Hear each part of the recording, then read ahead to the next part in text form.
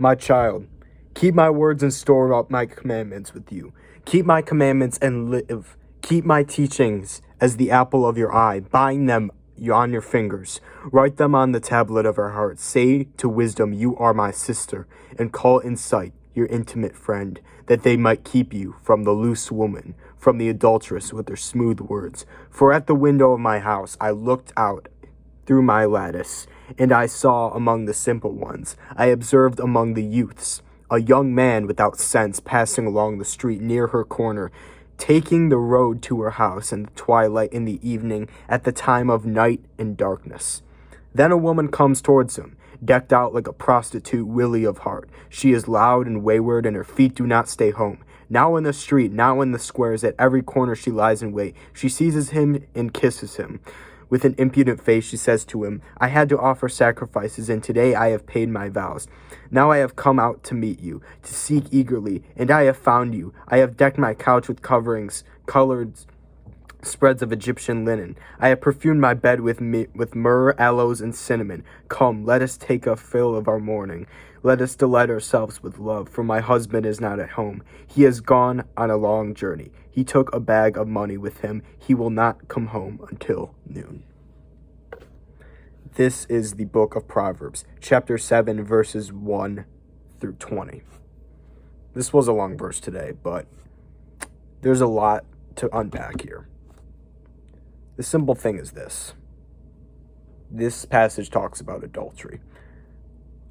What is adultery? Well, it's more fleshed out when Jesus comes back, right? When Jesus comes to this earth, obviously there is the commandment that says, do not commit adultery, do not cheat on your wife, do not have ungodly relationships, do not have sex before marriage, do not act in a way where it is sexually immoral and it is wrong.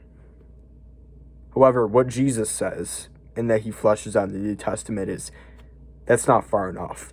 If you even look at a woman, or if you are a woman, if you look at a man with lust in your heart, then you basically have already committed adultery. You might as well just do it. Is that saying commit adultery? No. But in a way, where does your heart lie? Are you lusting? Are you putting other people before God? Are you viewing relationships as more important than God? Are you so eager to find pleasure in other people that you can't see the wonders that God gives you? You know, idolization is not simply bowing down to something that isn't God. It's not simply wanting something more than God. Sometimes it's more complex than that. Sometimes this idealistic thing of like sexual relationships that are so prevalent now, it's in media, it's in everything, and it's so normalized to the point where we think it's necessary for proper connections with people, but it's unhealthy. Don't even look at someone with the intention of lust in your heart, because you're seeking something that is not fulfilling. The only type of love that is fulfilling is with Jesus, and the only type of love that you can be fulfilled in another person is through the sanctity of marriage.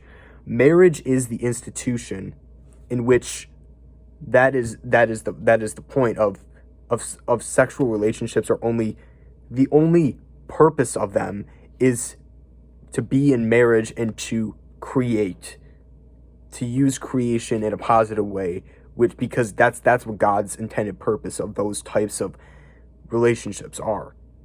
They're not for pleasure. They are not for some sort of false fulfillment or ego boost. But too often in our world today, they are prioritized.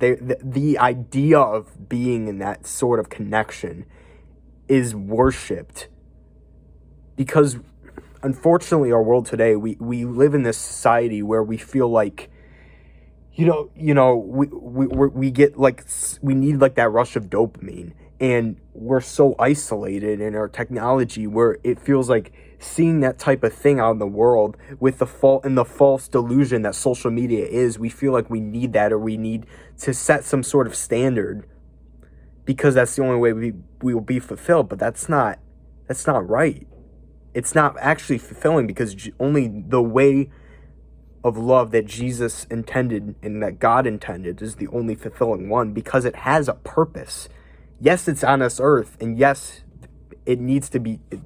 There is a purpose for it. If it needs to be done, it needs to be done in God's purpose, to create, to love, to wait for His timing, to love Him above all. That's the purpose of love. It is not these false delusions of fulfillment and ego boost that unfortunately are normalized in this world. So be wary and be cautious. Be wary and know where your heart lies, because the second you let your heart go off, it can easily be trapped in something that's hard to get out of, especially when it comes to lust. And this is, I know it talks about a woman in this passage, but it can go for both ways. If you're a woman and you're seeking the attention or the pleasure of another man, that still applies. And men for women still in the same way as it talks about in this passage. So my brothers, my sisters, please be wary. Please know what is in your heart, and you will be fulfilled in Christ, because Christ is the fulfillment. He is love. He is the one who will fulfill you. He is the only one who will fulfill you. He is the most prioritized relationship, and He should be in your life. So never forget that. Know where your heart lies. Thank you. May God bless you always.